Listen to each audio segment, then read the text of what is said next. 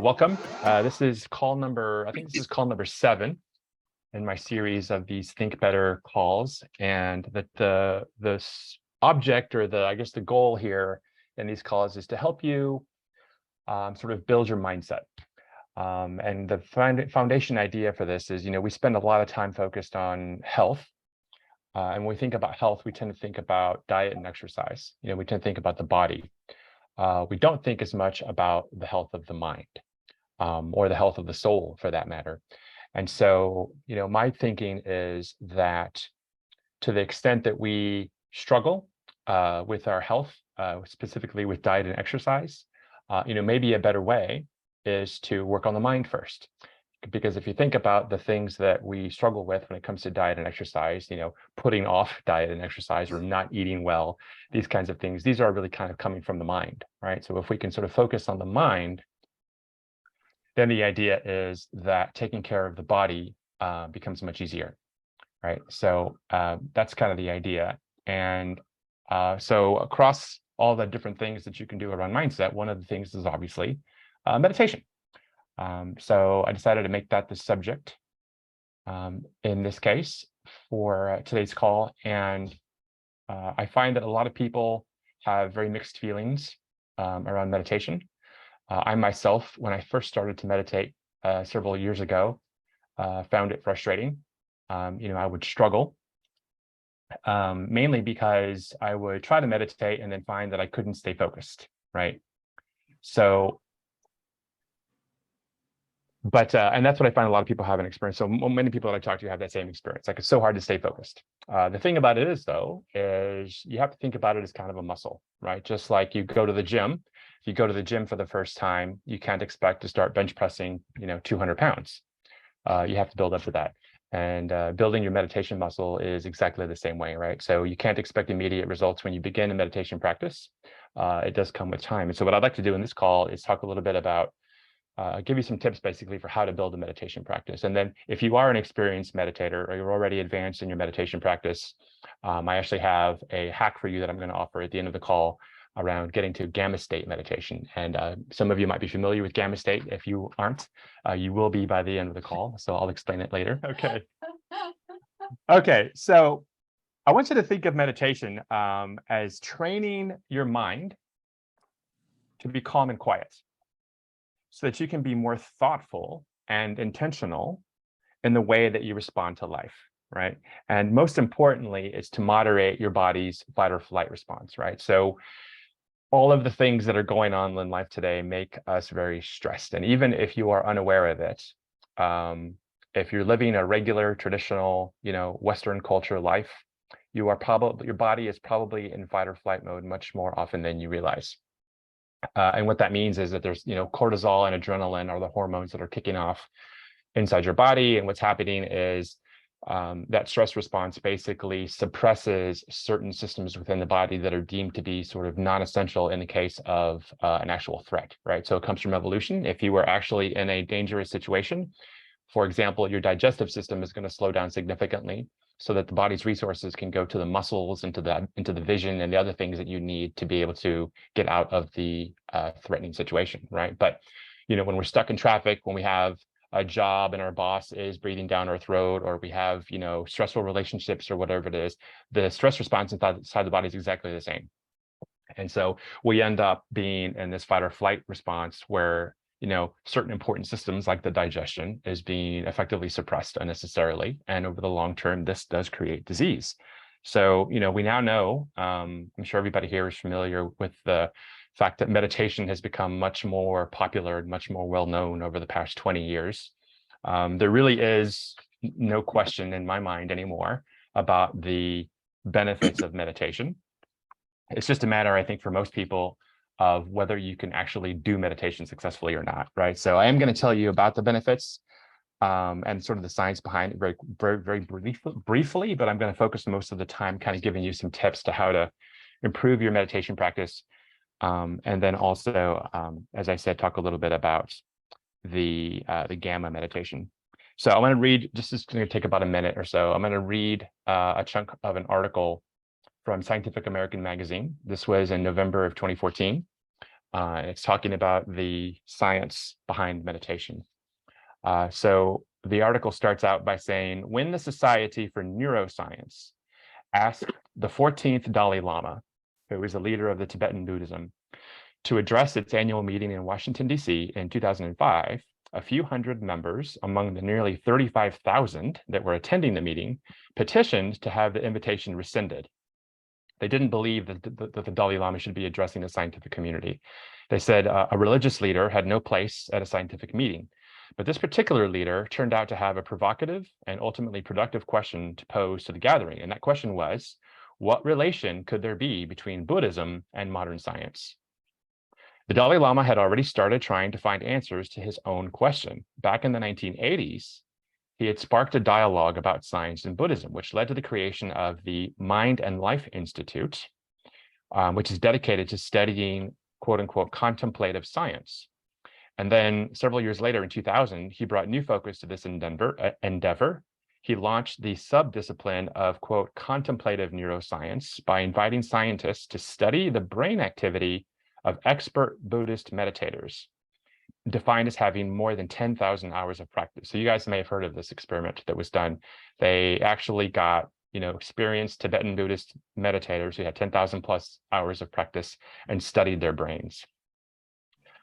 So for nearly 15 years, so this study took place over 15 years, more than 100 monks and lay practitioners of Buddhism and a large number of beginning meditators have participated in scientific experiments at the University of Wisconsin-Madison and at least 19 other universities. And so what they did was they did a comparison of brain scans from the meditators with tens of thousands of hours of practice compared to beginning meditators and non-meditators. And these comparisons have started to explain why meditation holds great potential for cognitive and emotional benefits. The goals of meditation, in fact, overlap with many of the objectives of clinical psychology, psychiatry, preventative medicine, and education. As suggested by the growing research, meditation may be effective in treating depression and chronic pain, and in cultivating a sense of overall well-being, amongst many other things. And we'll talk about that. So for anybody who might be a skeptic, science is pretty much undeniable that the benefits are immense from meditation. And again, I think where most people get tripped up on it is a lot of people start trying to practice meditation and they get frustrated and then they give up because the results are not going to be immediate, right? You do have to work it, as I say, just as you would, going to the gym and working your actual muscle, physical muscles. So what are some of the benefits? I'll tell you my personal story. Some of you may know the story. I went through an illness back in 2017. It was an autoimmune disease called pemphigus vulgaris, which is a very rare condition. And it is a blistering disease. And so it starts out in the soft tissues of the body, usually in the mouth. And for me, over the period of about 2 months, it spread to the entirety of the inside of my mouth and into my throat, down into my esophagus, and then it started spreading to the other parts of my body. I was unable to eat. It got to the point that I was unable to speak because of the blisters inside my mouth, and I lost like a third of my body weight. I ended up in the hospital for 10 days. They gave me some extremely powerful drugs to get it under control, steroids and antibiotics, and it basically saved my life. So then it was about recovery after that. So I got out of the hospital. They told me that I would have to take steroids for the rest of my life, that there was no cure. First of all, they said there's no cure for the disease, and it can only be controlled and controlled by steroids and drugs, and that I would have to do this for the rest of my life. They also said that I would have to do this.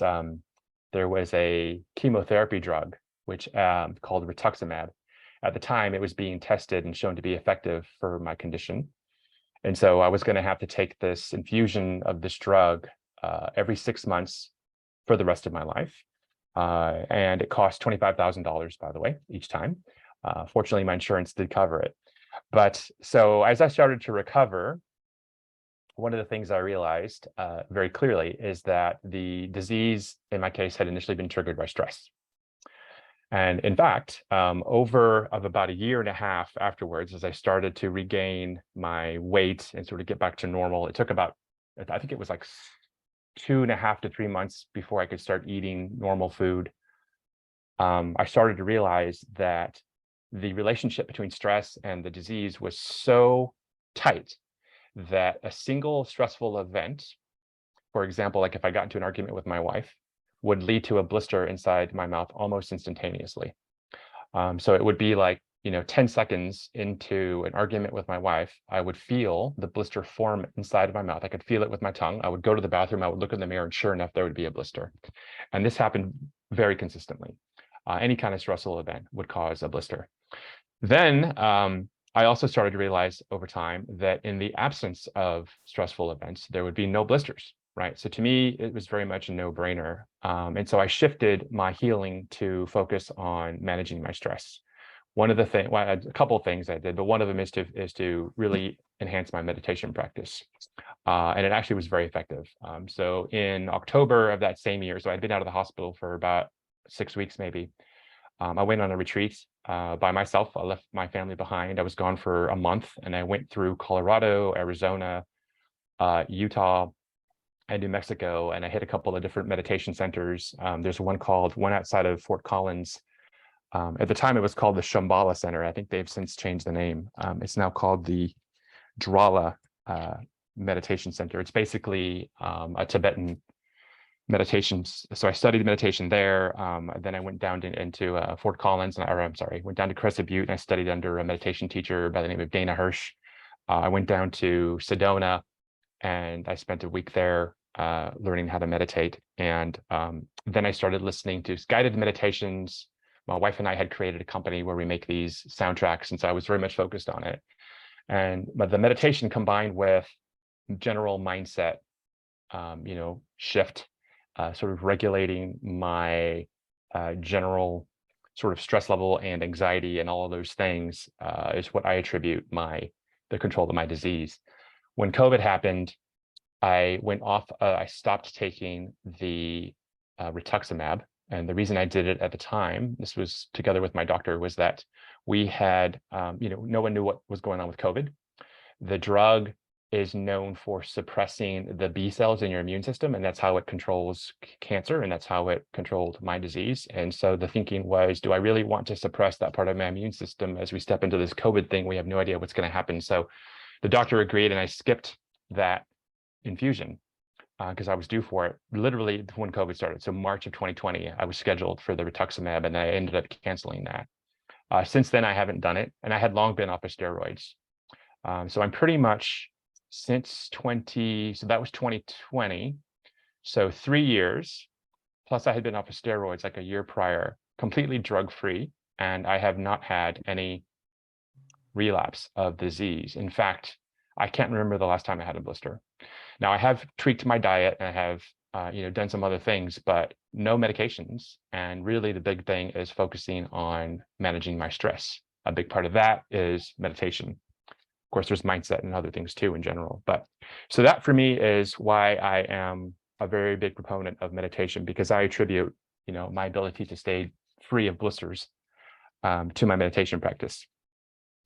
There's other benefits, right? It is that have been documented and studied. So general stress and anxiety, pain, meditation has been shown effective to control pain, depression, insomnia, high blood pressure. So cardiologists actually prescribed meditation for people who have hypertension in lieu of the pills. Heart disease, digestive issues, infertility has been shown to be improved with meditation. And then there's mental things, right? So improved attention, reduced burnout, improved sleep, diabetes control. I mean, there's all kinds of benefits of meditation. So I'm going to pause there before I talk about give sort of meditation tips and helping you build that meditation muscle. Are there any questions before I go on? Okay, cool. So what are the, I'll ask you to consider, regardless of kind of where you are in your meditation practice, maybe you don't have a meditation practice, maybe you're an experienced meditator. What I would ask you to consider is the idea of building the muscle, right? As I said before. Now, you don't necessarily have to go into meditation thinking that you're going to sit on the ground, crisscross applesauce with your hands up like this, repeating a mantra and completely being successful at meditation, right? It doesn't necessarily work that way. That's where a lot of people get frustrated. There actually are other things that you can do that are small steps, sort of little baby steps that you can take to get into a meditation practice. And the one thing you have to remember is it may take a while. You may not necessarily see results right away. I didn't see results right away, right? It took a lot of meditation and mindset regulation in order to be blister free in my case. So just keep that in mind. You do have to have patience. One thing I would say is consider what are called mindfulness exercises, right? Which is kind of another way of saying the terminology is a little, it could be meaning the same thing, mindfulness versus meditation. But people generally, when they talk about mindfulness exercises, what they're saying is just sort of bringing your attention to a focus point. So, for example, the exercise we did a little while ago, where you just focus on your breathing, that is a mindfulness exercise, right? And so if you can, and you only have to do it for a couple of minutes. You could literally every day at some point in the day, take 2 minutes aside and do that breathing exercises and just see how long you can focus on your breath. That's simple, without a distraction. And some people so 3 of you went the full minute, right? 3 of you didn't make it quite 2 minutes, but you keep doing it. And within a couple of weeks, maybe with a couple of days, you'll go 1 minute, 2 minutes, 3 minutes. You might even be able to go 4 or 5 minutes without getting distracted while you focus on your breath. Now, there are many other things that you can do that are very similar. So, for example, there's walking meditation. This is where just the simple practice of walking, and you could do this like if you go on a walk, whether it's a nature walk or you go for a mile-long walk, or even just walking within your house from one point to another. Rather than let your mind wander or think about stuff while you're walking, focus on the sensation of your footstep on the ground, okay? And you could even focus on the sensation of how your foot, you go from heel to toe, I guess, depending on how you walk, maybe you go from toe to heel, I don't know, but just focus on that sensation. And that's it. Just be mindful of the feeling of your step on the ground as you walk, and try to keep the other things out of your mind. So just do that. That is a mindful exercise that will help you build that meditation muscle. Another one that I've tried is, this is going to sound a little silly, but when you're washing your hands or washing the dishes or anything that you're doing with water, just bring your attention to the sensation of the water on your hands, or the dishes that you're washing, right? Because that's a sensation. And what you're doing is you're focusing your attention on one of the senses. And that is a good way to sort of just focus and calm your mind. The more that you practice this, the better you will get at being able to keep your mind quiet. And keeping your mind quiet is the trigger to all the benefits that we've talked about. The other thing you can do is try to evoke all 5 of your senses at the same time when you're doing regular daily activities, right? So let's say you're eating dinner. How often do you actually focus on the taste of the food and the sensation of the chewing when you're eating dinner, right? So try that. So you're eating food, notice the smell of the food, notice the taste of the food, notice the sensation inside your mouth, the sensation of the chewing, notice the look at the food, notice how the food looks. Just kind of try to bring in as many of your senses as you can. This is going to take just a couple of seconds, right? Literally.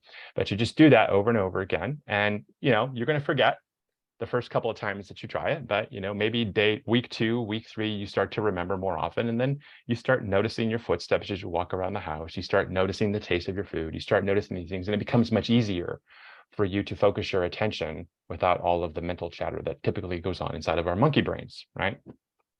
So once you get to that point where you're able to do that pretty reliably, then you step it up to the next level, right? Again, this is just like going to the gym, right? You don't go from bench pressing 100 pounds to 300 pounds to 500 pounds, right? You gradually, so the next step would be consider what are called guided meditations. So there's all kinds of guided meditations that you can find online. There's several apps that you can download that give you guided meditation. So guided meditation is just basically a recording that you listen to with someone's voice, and the person's voice will walk you through a meditation, right? So it'll be like, calm down, take deep breaths, think about, visualize a thing, and all that it's trying to do is trying to focus your attention and quiet the brain chatter.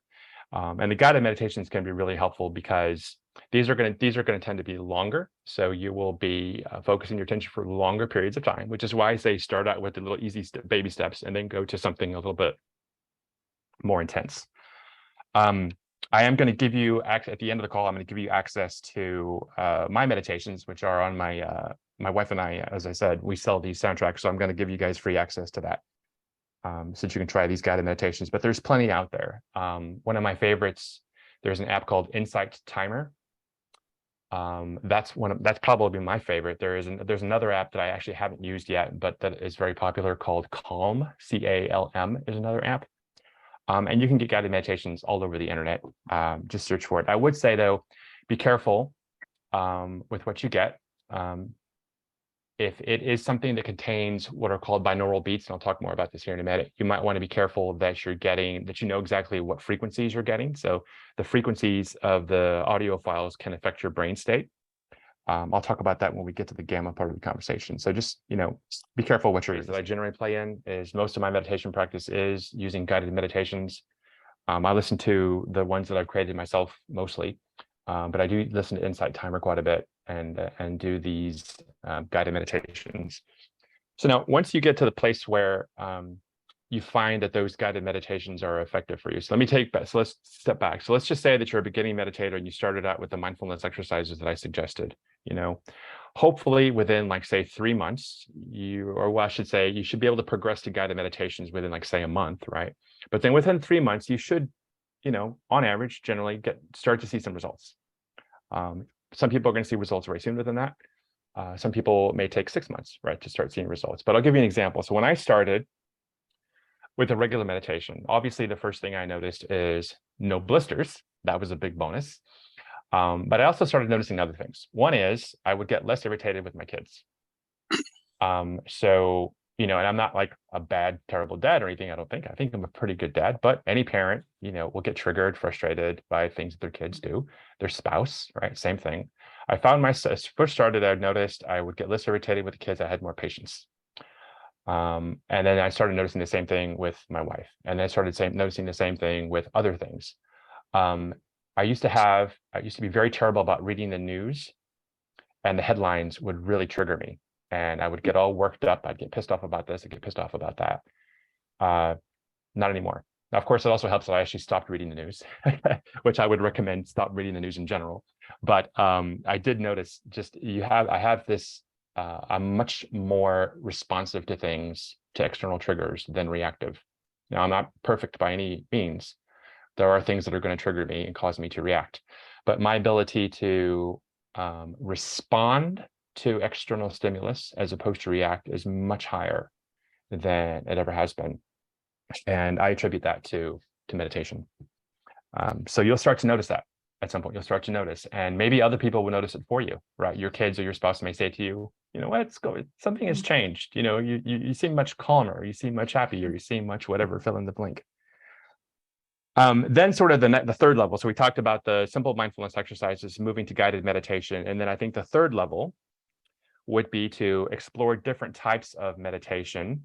So there's transcendental meditation is one example. You probably heard about this. There are visualization meditations that you can do, and then different breathing exercises. So there are breathing exercises that are themselves meditations, right? I've got this big book that I got from Dana Hirsch, who was one of my teachers in Colorado that I mentioned. And it's like this thick. It probably has 200 different practices in it that you can flip through. And these are going to be much more. So these are going to be where they're not guided.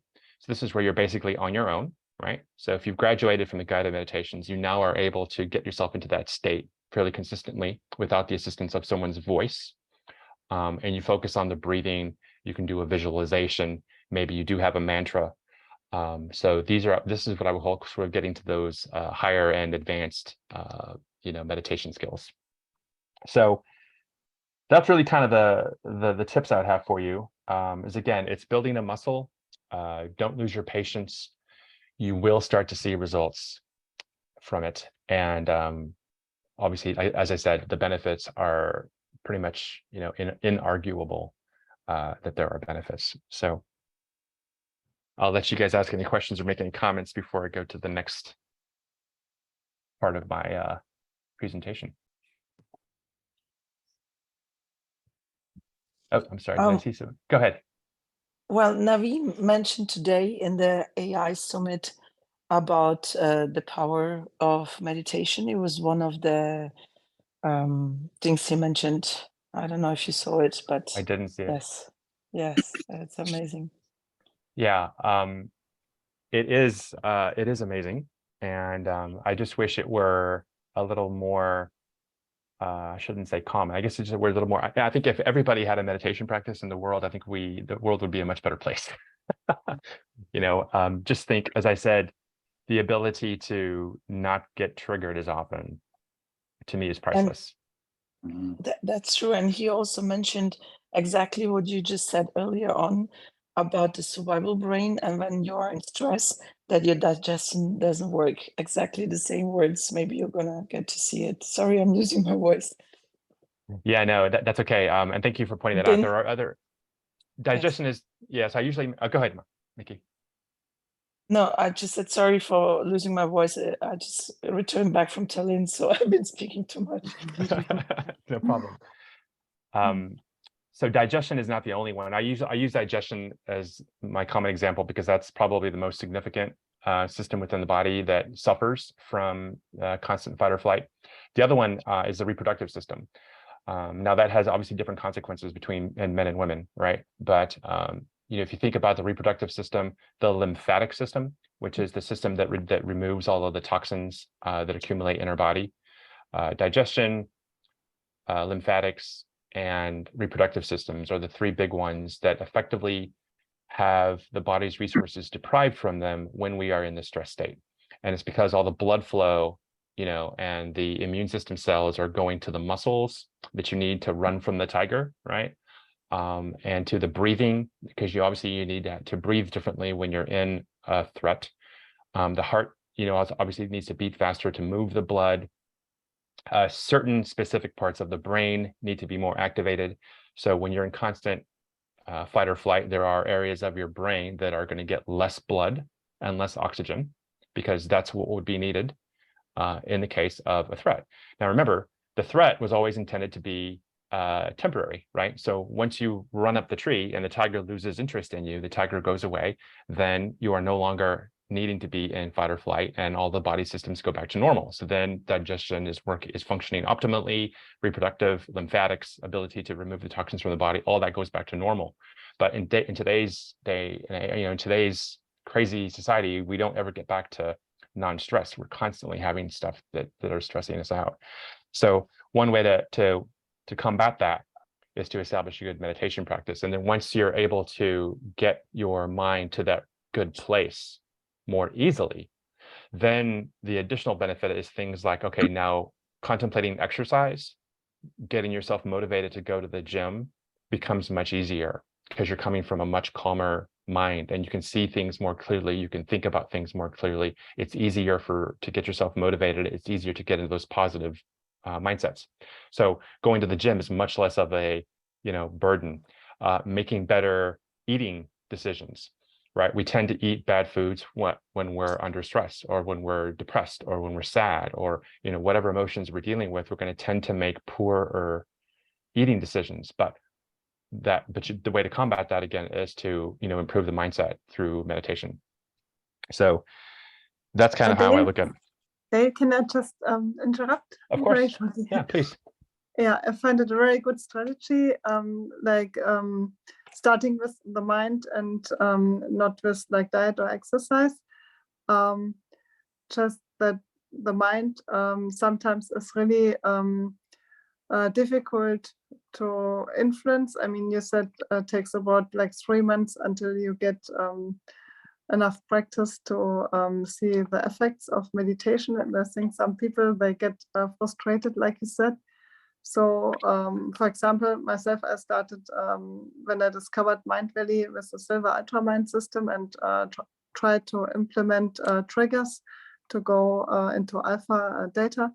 I always had the problem I was early in the morning or late evening too tired that I really fell asleep during the guided meditation. So do you recommend actually your own meditation, I mean not guided, to stay more present and focused, because then you are more active and not just passively following the guidance? I think that's the major problem I'm facing. Yeah, and also I tried hypnotherapy, and I'm falling asleep while I'm listening to it. And like Marissa Peer says, it also has an effect if you don't listen actively, Yes. but So, unconsciously. I okay. had a question in regards to that. Sorry to interject on that one. You said earlier on, you said that guided meditations is more of a, you know, when you get into do it Advanced. yourself, then you're more advanced. So would you say that guided meditation is more of an intermediate situation? Or because I've been doing lots of guided meditation, I find it's working fantastic for me. Mhm. And I've been using the silver method from the book where you count down from 100, and I've been doing that quite often as well, which gets you into that alpha state. And then obviously your feelings, it's all about how you feel more than anything else, just to trick yourself into feeling great all the time about everything. And I find it quite easy. But I just wanted your opinion on, do you think that is you'd be getting into advanced level if I was doing it without guided meditation? Yeah, so I think it depends on the individual, first off, right? So it's going to be different for everybody. I think that if you get to guided meditations and you're finding that effective, then keep doing it, right? I don't think there's a necessarily a reason to think of it as intermediate or advanced or whatever, but I think Right. it's guided meditations can be extremely effective. And again, they're going to be different for everybody, right? But if it's working for you, I would say absolutely keep doing it. Don't feel like you need to go to the next level. Now, I guess I sort of set it up this way, right? I talked about beginning, intermediate, and I talked about advanced. So maybe advanced wasn't quite the right word, but when you get to the place where you can meditate without the guidance, right? It is quote unquote advanced, but really it's just different. So the other thing too, and this goes back to Julia's question about the staying awake versus falling asleep. One of the great things about meditation, which I hadn't mentioned yet, I think I was going to get to this though, is the idea of setting an intention. So ideally, when you go into any meditation, whether it's guided or not guided, you want to set an intention. And what you're doing, so I can talk about the brain states, and actually I'll go ahead and let me go ahead and step into this part of the discussion to sort of help answer your questions. So there are different brain states. Your brain at any moment is operating at a certain frequency. Different parts of your brain technically are operating at different frequencies at the same time, but there is generally going to be a overall sort of average predominant frequency for the brain. And what is happening in meditation is that you are taking your brain to a different state. You're controlling what state that your brain is in. Normally, we are not in control of the frequency of our brain waves. I'm going to share my screen and give you guys a little graphic. So there are basically 5 different brain states that have been scientifically, identified. And you guys have referenced some of these already, right? Alpha, theta, beta. Alpha, theta, delta. So beta, this green one here, is where we are generally when we're awake. So right now, all of us are probably in a beta state. Beta state is basically anywhere from 13, roughly, hertz to about 30 hertz. Hertz being cycles per second. And I can't give you a very detailed scientific explanation for what this is, but I would think of it as the number of neuron firings per second, right? So your brain has neurons and they're synaptic. So a synaptic connection is the connection between two nerve endings, right? So every time an electrical pulse goes from one neuron to another, that's creating a cycle per second or a hertz, right? So in the beta state is when we are awake and we're functioning and we're doing stuff. As you get into the higher ends of the beta, so like I said, it's about 13 or 14 to about 30, depending on the individual. As you go into like that 20, 30 range, that's a stress state. Normal functioning beta is on the lower end of the beta range, right? So 13 up to say about 20. And that's where we generally are. You don't want to be in those higher ends of beta because that's an indication of fight or flight. So your brain is triggering the release of cortisol, adrenaline, the other stress hormones. When you go into a calmer, slower state, which is alpha, so this is where most meditation happens. So what you're doing in meditation is you're bringing your brain to alpha state for the most part. One of the unique things about the alpha state, which is, so alpha goes from about 7 to about 13 hertz, is that you have much better access to your subconscious, meaning that the subconscious mind and the conscious mind are coming much more into harmony. When you have your brain in that place where you can get to your subconscious level, it is easier to implant thoughts or implant feelings into your subconscious. So for example, let's say that you want to be happier. You want to have more joy. You want to be in a better mood more often. When you go into meditation and you successfully get your brain into alpha state, what you want to do is you want to instruct your subconscious to be happier. So you might do something like an affirmation, right? Now, affirmations get are very controversial, right? Because, well, first of all, people generally tend to dismiss the idea of affirmations. But one of the things you have to keep in mind about affirmations is that the affirmation needs to be believable, right? So you don't want to tell yourself, if you've never run before, for example, and you go into alpha state, it's not realistic to say, tomorrow I'm going to run a marathon, and repeat that over to yourself, thinking that you're going to implant that idea into your subconscious, and the next day you're going to go run a marathon. No, obviously that doesn't work because it's not actually believable, right? So when you do the affirmation thing, you want to make sure that your affirmation is actually believable. So meditation takes you to that alpha state. And what my whole point in telling you this is that you want to step into your meditation practice with an intention. And your intention can be anything under the sun. It could be, calm down. Could be that your intention could be as simple as that. The other thing I wanted to talk about as well, to go back to your question, Julia, about whether you should stay awake or go to sleep. So this is a long-winded way of answering your question. The question of whether to remain awake and alert or whether to be asleep during a meditation depends on your intention. Okay. If you are doing like a gamma state meditation, which I'll talk about here in a minute, that is definitely one that you're going to want to stay awake for. As you go into these slower brain states, depending on your intention, it may be okay to go to sleep. If your intention might, for example, be to sleep well, right? A lot of us struggle with sleep. So if you want to go into a meditation thinking I'm going to sleep well, then by all means, let yourself fall asleep. If you want to go into a meditation to say you want to be more focused, you want to be more alert, then you probably should stay awake for that meditation, right? So that you can implant that into your subconscious as you go into alpha state. Does that answer the question, Julia? Does that help? Yes. Yeah. So I do the same thing. So most of the guided meditations I personally listen to, I will do it, and I will do it in a lying down position, and I will allow myself to fall asleep.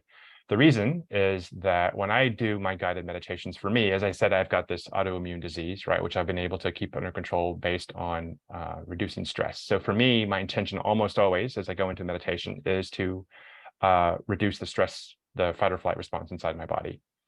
And so because that is, by its nature, it is wanting to be calm and less stressed, it makes sense to allow myself to fall asleep.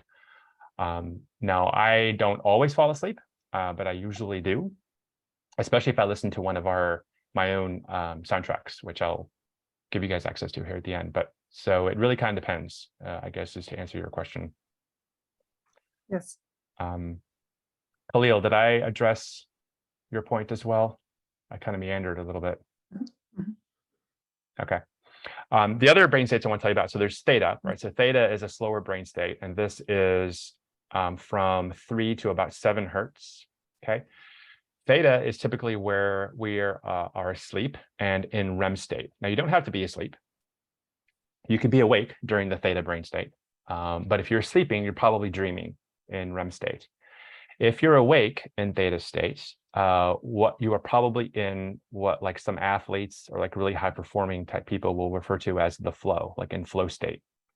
So if you are hyper focused on a thing, whatever it is that you're doing, whether you're an Olympic athlete in the middle of competition, or whether you're a dancer performing, or whether you're a student and you're studying and you're in super flow state, whatever it is, that state of hyper focus and ability to sort of access the best parts of your intellect and the best parts of your focus is called theta state. In delta is when you are asleep. So a lot of people who have problems sleeping have trouble getting to delta state. In delta, this is beyond the dream state. You are in the deepest level of sleep, and this is the point at which it's very difficult to wake you up. You're not dreaming, there's nothing happening, really. There's very little happening in your brain. And when your brain gets to that point is when the actual biology of the body starts to recover. Your cells start to heal, your body's resting and recovering from all of the stress that you put on it during the course of the day. So ideally, if you're sleeping well, you will actually cycle through every 90 to about 120 minutes through all three of these brain states: alpha, theta, delta, alpha, theta, delta, alpha, theta, delta, 90-minute cycles. And that is the healthiest, best form of sleep.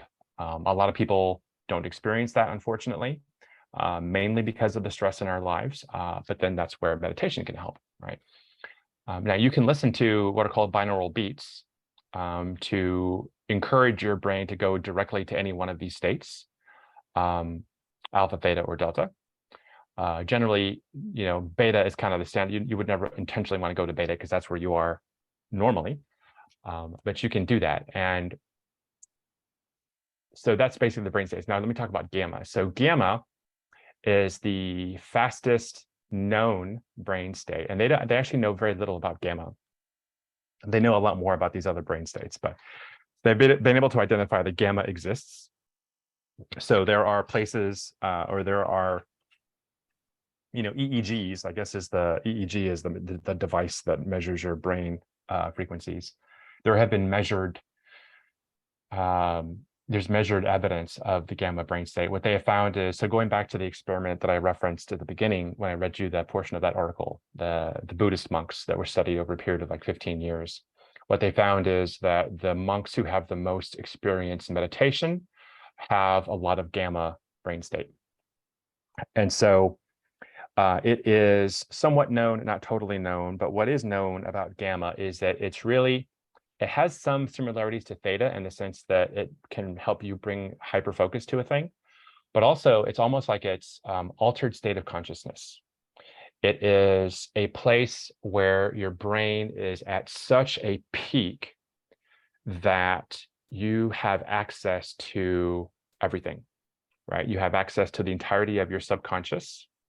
And then you could even take that a step further, right? There are certain theories out there that tend borderline on the mystic that says that in gamma brain state, you actually have access to the common conscious, not just your own subconscious, but to all of consciousness. Now, whether you believe that or not is up to you. I'm not going to say one way or the other, but I do know that there is evidence that shows that in the gamma brain state, you at least have full access to your subconscious. So what does that really mean? Well, the way I think about it is this.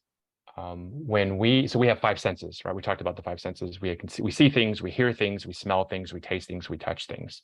At any given point in time, your nervous system is taking in millions of data points, right? So it's just sit around the room, just in the room that you're currently sitting in. If you look around, the wall has a color, the wall has a texture. There might be certain smells in the air, certain sounds, things are located in a certain place. And what we often don't realize is that our brain is actually taking in every single data point that's around us. But our brain has a filter because not everything that is coming into your senses is needed for you at any given point in time. Right now, you're listening to me, right? So your surroundings are probably out of focus. If you're actually listening, what is in focus is my voice, right? And the screen that I'm presenting to you. But what's happening, you have to think for a minute about what's happening to all those other data points. Well, all those other data points are being filtered by your brain and placed into your subconscious, right? And then the thinking goes that when you're dreaming at nighttime, your dreams are basically the process of sorting and finding away and organizing all of that information. So theoretically, you have access through your subconscious to every data point that you've ever been exposed to through the entirety of your life, right? Your brain actually has that much capacity in the subconscious. So now when you're in gamma state, if you are in that really high point of your brain, you theoretically have access to all of that information that is stored away in your subconscious. Now, again, as I said, there isn't a whole lot of science to support that, but there are a lot of people who believe that and who claim to have experienced that. I myself, when I get into gamma state meditation, which I have not been able to accomplish on my own, I've only been able to accomplish it with the assistance of a binaural beat. I'll talk about that in a minute. I will tell you this, in my own personal experience, really weird shit happens. Not every time, but sometimes, and fairly, at least half the time when I get into a gamma state, weird stuff happens. I will have strange sensations in my body of, like, say, electricity. There's this weird sort of tingling feeling of electricity that I will get in my body. I will have visions, and I will have memories that pop in that have no logical reason for popping into my mind. And I will have, phrases or ideas or thoughts sort of come in that I happen to find very useful in that moment. So sort of like these like aha epiphany type, just things that happen. So again, don't know what the scientific proof for this would be, but that is what I know of gamma state. I'll let you guys ask any questions. That might be more than what you were asking about, Julia and Khalil. I have one more question. Did you yourself underwent EEG and prove that you were in the gamma state? No. Once? No. No, Okay. I did not do that. Although You we just have the sensation that you reached it. Yeah. Yeah, well, so I was listening to one of our gamma meditations, and so I use binaural beats. So the theory behind a binaural beat is that it is taking advantage of a natural phenomenon called the frequency following response. So in nature, there is a frequency following response, which is basically anything in a particular environment will naturally follow the predominant frequency in that environment.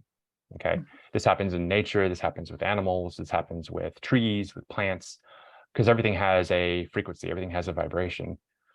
Now, the easiest way to understand this is to think about when you listen to a song that you like, you'll start tapping your foot to the beat, right? You will follow the beat of the music.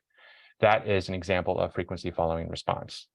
So we can get your brain to any of these brain states by basically exposing your brain to that frequency through sound. So I have a gamma meditation that I listen to that is at specifically 40.5 hertz. Right, so I listen to the 40.5 hertz binaural beat, and if it's working and my mind is in a relatively healthy state, then my brain should be theoretically following the 40.5 hertz. So and I have can you not go from beta to gamma, or do you have to be at a certain frequency before to jump up? Nope. You can go to No. whatever. You can jump around from whatever to whatever. Now, it's not necessarily a good idea to jump. Like, for example, to jump from delta to beta would not be good. You could do that by listening to a binaural beat. I would not recommend it, right? Because that's not going to happen in nature, right? Naturally, you're not going to jump from one to the other. You're going to progress through, right? You'll go from delta, theta, alpha, then to beta. But yes, you can go from beta to gamma. In fact, that's kind of the defining line. So it's the defining line is right at about 40 hertz. So anything above 40 hertz is generally referred to as gamma. Up to 30 hertz is beta. And when you said like the environment is like influencing your own frequency, so when you stayed in the retreat among the monks, could you enter the gamma frequency as well? That's interesting. So at that time, I was not aware of gamma. I hadn't learned it yet. So this was back in 2017 when I was doing that work. And so I wasn't consciously trying to get to gamma because I didn't even know that it existed. But in general, yes. So I spent several days. So the way this works is, so you're basically in a retreat, and they would have different hours, like from 4 a.m. to 6 a.m. and then from 8 a.m. to 10 a.m. where you would go into the temple. It's a Buddhist temple, and everybody would meditate together. And you would 100% feel I guess I don't know if it's an energy or whatever it is, but you can definitely feel the calm. It's like you walk into the room and it's just like everything just calms down, inside your mind. Now, I don't know whether I suppose that is frequency following, I guess, because in the room, theoretically, if everyone's meditating and you have a bunch of monks in gamma state, then yeah, you are going to follow. It's similar to You've probably heard this, like in the military, they started like when women were first allowed to be in the military. So women are in close quarters for long periods of time. They start to see that the menstrual cycles will match up, right? You know, animals that are in a herd, for example, like if you see a herd of deer and there's a sound, one deer lifts their head, all the other deer do the same thing, right? So there's these different examples in nature where you'll see this frequency following response. And also it could explain why the positive effect you experience through meditation has an impact on your family. I mean, on spouse and children. Maybe the frequency adapts as well somehow. Yeah, yes, this is true. And also, so I was doing this. So at the time, and this was probably one of the stress triggers that contributed to my illness. I was on a board of a private school, and the private school was owned by a church.